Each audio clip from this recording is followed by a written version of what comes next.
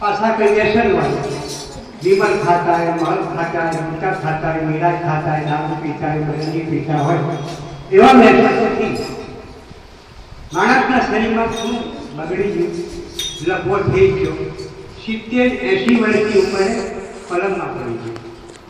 એટલે કળિયુગમાં આયુષ્ય ઓછું છે, કળાકૃત વધારે છે. ગોળીની અંદર શ્વાસ છે અને નાખવું પડશે. તમે હાથ નાખો તો એ નિગળતું માનવું પડતું નથી કે માથું છે. એને કેવી રીતના કરી ત્યારે ગોળીની અંદર કરવા જાય તો રવિ મૂકવી પડે, પછી રવિ મૂકીને પછી એને ઘસાડા કરવા પડે. ત્યારે રવિથી એમ બનવા જાય તો માખણ અને શ્વાસ ઉપર આવે છે. માખણ અને શ્વાસ ઉપર આવે છે. ત્યારે આપણો પોતાનો ભ્રમ ભાગે છે કે આમાં શ્વાસ અને માખણના નિરાળા કરી નાખ્યા. પરમાત્માના બે રૂપ છે. જો કે આપણે કથાની અંદર આ ઉદાહરણ આવે છે અને તે લાભ કદાચ શિષ્ય મારા પરિવાર માની અને આ ઉત્તમ લાભ આપે છે.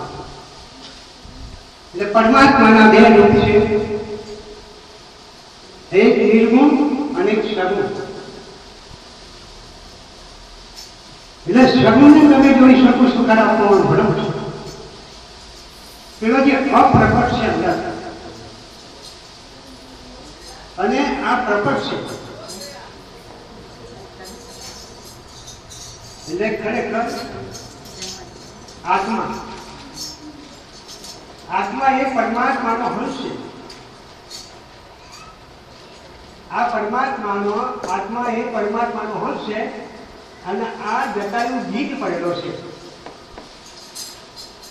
ત્યારે આપણે એવું માનો કે આપણો આત્મા કેવો હશે, પરમાત્મા કેવો હશે, તો આ જે છે તે પરમાત્મા આ રૂપનો આ છે. જ્યારે આ અદૃશ્ય છે અને આ પ્રકટ થયેલો છે. ત્યારે મનુષ્ય, પશુ, પ્રાણી, જીવ જંતુઓનો આત્મા એક છે. આ સગુણ રૂપમાં સંસાર આખો પ્રકટ થયેલો છે અને નિર્ગુણ રૂપે એ રહેલો છે. નિર્ગુણ તરીકે રહેલો છે. જેવી રીતના જંગલ ઝાડીને લાકડા ઘસાય છે અને તેમાંથી જો અગ્નિ પ્રગટ થાય, આખો જંગલ બાળી તો એ અગ્નિ મતલબમાં કાષ્ટની અંદર સૂકી હતી અને નિરાકાર અને જે પ્રકટ થયેલી છે એને સગુણ રૂપમાં કહેવાય. એટલે આત્મા આપણો અને પરમાત્માનો આત્મા ઓળખી શકાતો નથી, પણ એમ કે અદૃશ્ય છે પરમાત્મા. એ પરમાત્માએ આ સૃષ્ટિ રચના કરી.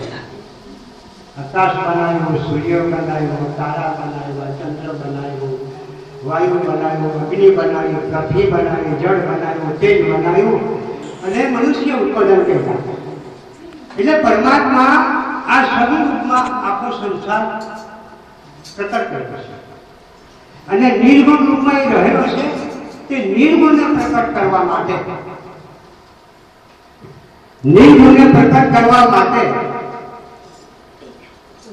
શું ઉપાય છે? તપથી પ્રકટ થતો નથી, જપથી પ્રકટ થતો નથી,